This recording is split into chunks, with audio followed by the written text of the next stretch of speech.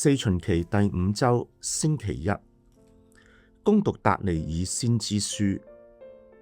那時，蘇撒納被判處死罪，他遂大聲呼號說：永生的天主，你洞察隱蔽的事，凡事在發生以前，你已知道了。你知道他們對我所作的是假見證。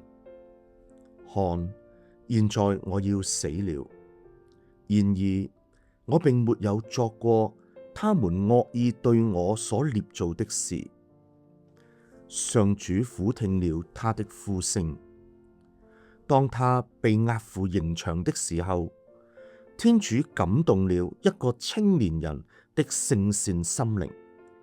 這青年名叫達尼爾，他便高聲呼喊說：對於流這女人的血，我是沒有罪的。民眾轉過身來問他說：你說這話有什麼意思呢？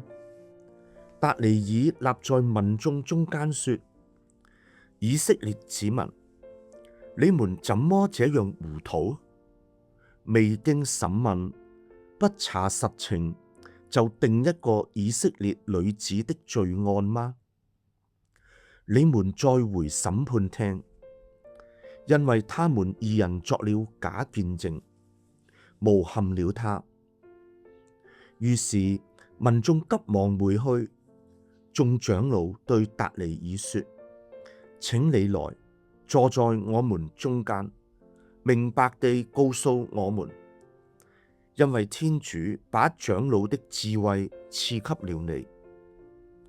達尼爾對他們說：將這兩個長老隔離開，讓我來審問他們。把他們二人隔開以後，達尼爾叫過其中一個來，對他說：你這個一生作惡的老妖，你以前犯的罪，現在已臨到你身上了。你宣布不義的裁判，判定無辜者有罪，釋放有罪的人。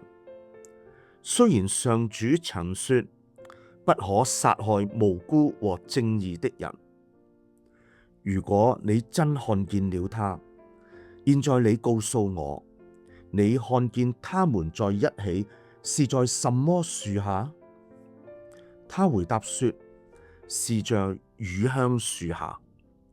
達尼爾說：夠了，你在說謊，應砍你的頭，因為天主的天使已奉天主的命，要把你斬為兩段。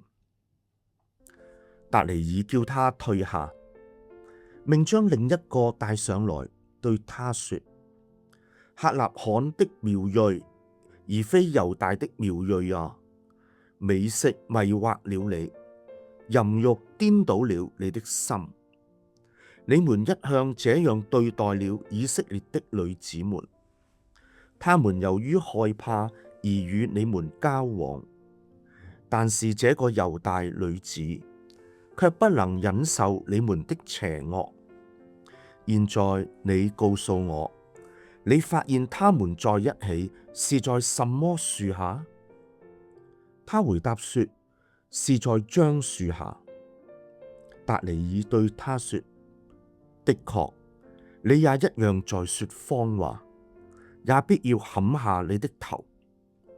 天主的天使手中已拿了利劍，在等待着，要將你斬為兩段，消滅你們。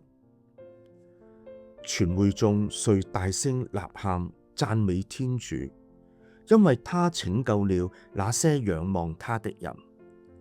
眾人都起來攻擊那兩個長老，因為達尼爾按照他們二人的口供，證實了他們作假見證。他們怎樣惡意對待了自己的近人，民眾也怎樣對待了他們。於是眾人按照梅瑟的法律，將他們處死。這樣，那一天救了無辜者的血。上主的話。今日呢一個讀經日呢係非常嘅長，其實我只係讀咗短息嘅，但係呢好長嘅故事啊，我哋睇到呢天主呢都係俾我哋呢有好寶貴嘅信息。咁長嘅讀經裏邊嘅背景呢係講到呢一位女子叫做蘇撒納，佢被判死罪，但係當然啦，我哋知道啊，從剛才讀出嘅內容呢，佢係被冤枉嘅。從來喺歷史中都有好多係人被冤枉，甚至係被冤枉致死。但係蘇撒納呢，因為佢有一個善良嘅心，而感動到呢達尼爾呢去幫助佢。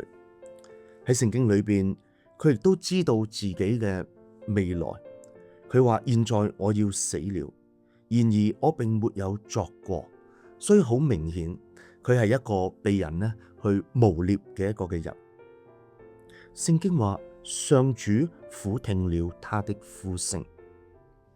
有時呢，我哋都會喺一啲好無辜嘅處境嘅裏邊，我哋有冇祈求天主呢？我哋要有一份嘅信德，我哋知道天主一定會俯聽我哋嘅呼聲。不過天主呢，佢會按佢嘅方法呢嚟到去拯救我哋。有時天主嘅方法唔一定係我哋想象嘅方法，甚至有時天主佢係卻要我哋呢喺呢種嘅艱苦，喺呢種嘅磨難中呢，我哋獲得益處。我哋唔應該呢對天主嘅作為呢有所判斷，我哋反而應該憑着信德，知道天主呢係聽到我哋嘅呼聲，就好似天主呢聽到蘇撒納嘅呼聲一樣。喺今日呢個故事裏邊，天主拯救咗佢。聖經話呢，當他被押赴刑場的時候，天主感動了一個青年人的聖善心靈，這青年名叫達尼爾。嗱，好得意啊！有冇留意嗰個字眼呢？係講到天主感動一個青年人嘅心靈。呢個青年呢，當然啦，我哋知道係達尼爾，但係天主嘅感動呢，係有一個條件嘅，係咩啊？達尼爾原來佢有一個聖善嘅心靈，所以弟兄姊妹，我哋今日需要呢，好似達尼爾一樣，我哋需要一個聖善嘅心靈。當我哋有聖善嘅心靈嘅時候，我哋先能夠感受到天主嘅召叫，感受到天主嘅感動。但係如果我哋嘅心靈常常都係被罪惡充滿嘅，我哋何來可以感受到天主嘅感動呢？所以今日呢段嘅聖經呢，俾到我哋好大嘅提醒，亦都俾到我哋勉勵。我哋見到後邊呢，達尼爾佢用佢嘅智慧呢，能夠判斷咗呢件嘅事，亦都呢揾出咗事實嘅真相，最後幫助到呢一位嘅婦女不至於死。但願我哋都係從呢個聖經嘅記載嘅教訓裏邊呢，我哋好好呢，我哋要追求有一個聖善嘅心靈，讓我哋一齊祈禱。天主喺今日嘅聖經裏邊，你讓我哋睇到達尼爾，佢首先有一個聖善嘅心靈，以至到上主你感動咗佢，讓佢能夠發一個嘅善心咧，去幫助一位被誣衊嘅蘇撒納。呢位嘅婦女最後得咗幫助，能夠平反咗佢原本別人對佢嘅陷害，而害佢嘅人最後呢，反而呢係要面對懲罰。求主你幫助我哋，讓我哋能夠常常站喺正義嘅嗰一邊，讓我哋當我哋睇到有人係受苦難，有人係受害嘅時候，我哋能夠因着你俾我哋嘅勇氣呢，挺身而出。就好似達尼爾一樣，求你幫助我哋，常常懷住一個敬愛你嘅心。以上所求係因主耶穌基督之名，阿們。